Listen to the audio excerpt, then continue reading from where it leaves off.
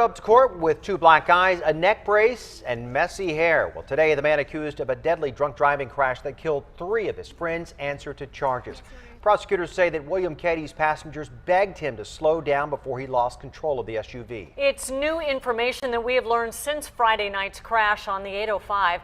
10 News reporter Vanessa Van Hefty is joining us now live downtown with the warning that Cady and his passengers received before getting into the SUV that night. Vanessa? Kimberly, prosecutors here in court say the men were drinking all night, and at one point a bartender had even warned them to take a cab. At the end of the night, 3 young men were killed, 3 others survived with injuries.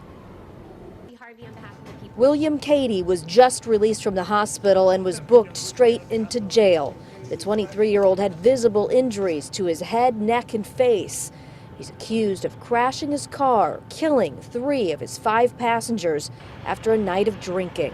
Prosecutors say Cady's friends were scared and had begged him to slow down moments before the crash. At some point, the defendant began accelerating the vehicle rapidly.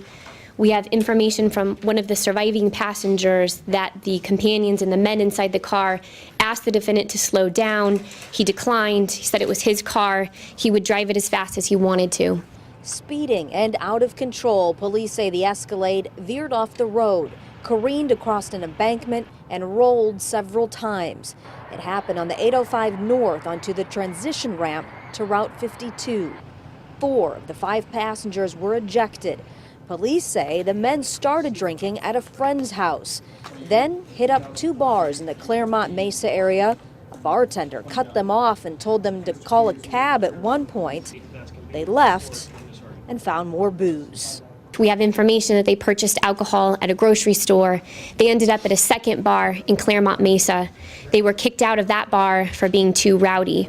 Cady's attorney says his client is now racked with guilt and remorse. He's absolutely devastated. Absolutely devastated. The family's devastated.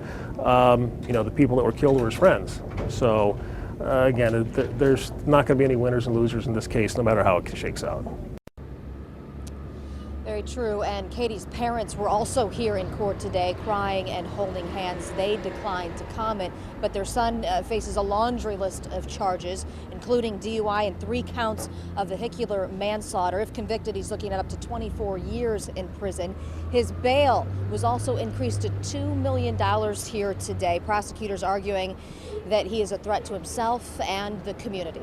Reporting live at the Hall of Justice, Vanessa Van Hefty, 10 News.